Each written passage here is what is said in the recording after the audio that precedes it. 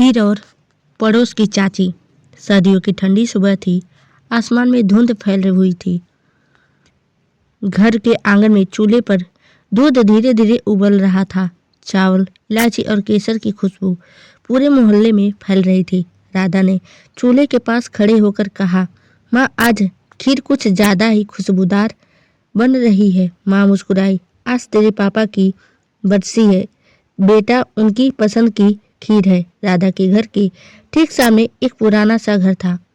वहीं रहती थी पड़ोस की चाची, शारदा चाची। ना कोई बेटा, ना कोई बेटी, ना कोई अपना। पूरा मोहल्ला उन्हें जानता था, पर कोई उनका नहीं था।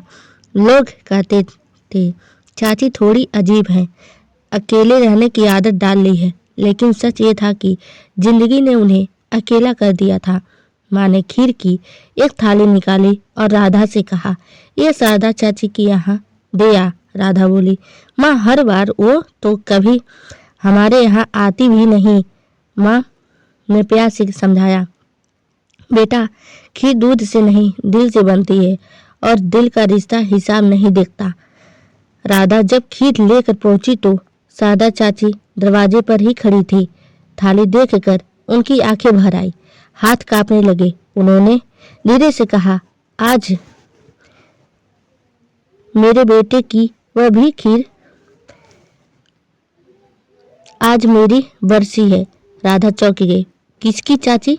चाची बोली, मेरे बेटे की। वह भी खीर बहुत पसंद करता था। शारदा चाची ने बताया, मेरा एक दिन खबर आई, बेटा शहर में नौकरी करता था। कहता था, माँ जल्दी लेने आऊँगा। पर एक दिन खबर आई कि एक्सीडेंट हो गया। उसके बाद किसी ने मुझे लेने नहीं आया। चाची की आवाज़ काँप रही थी। खीर की एक चम्मच उनकी आंसुओं से भीगी हुई थी। जब राधा देर से लौटी तो माँ खुद चाची के घर आ गई। माँ ने चाची का हाथ पकड़ा और कहा, आज से आप अकेली नहीं है। जब तक ये घर है आप हमारी चाची नहीं, हमारी माँ है। शारदा चाची फूट फूट कर रो पड़ी। उस दिन के बाद हर त्योहार, हर खुशी, हर दुख में शारदा चाची राधा के घर की पहली सदस्य बन गई।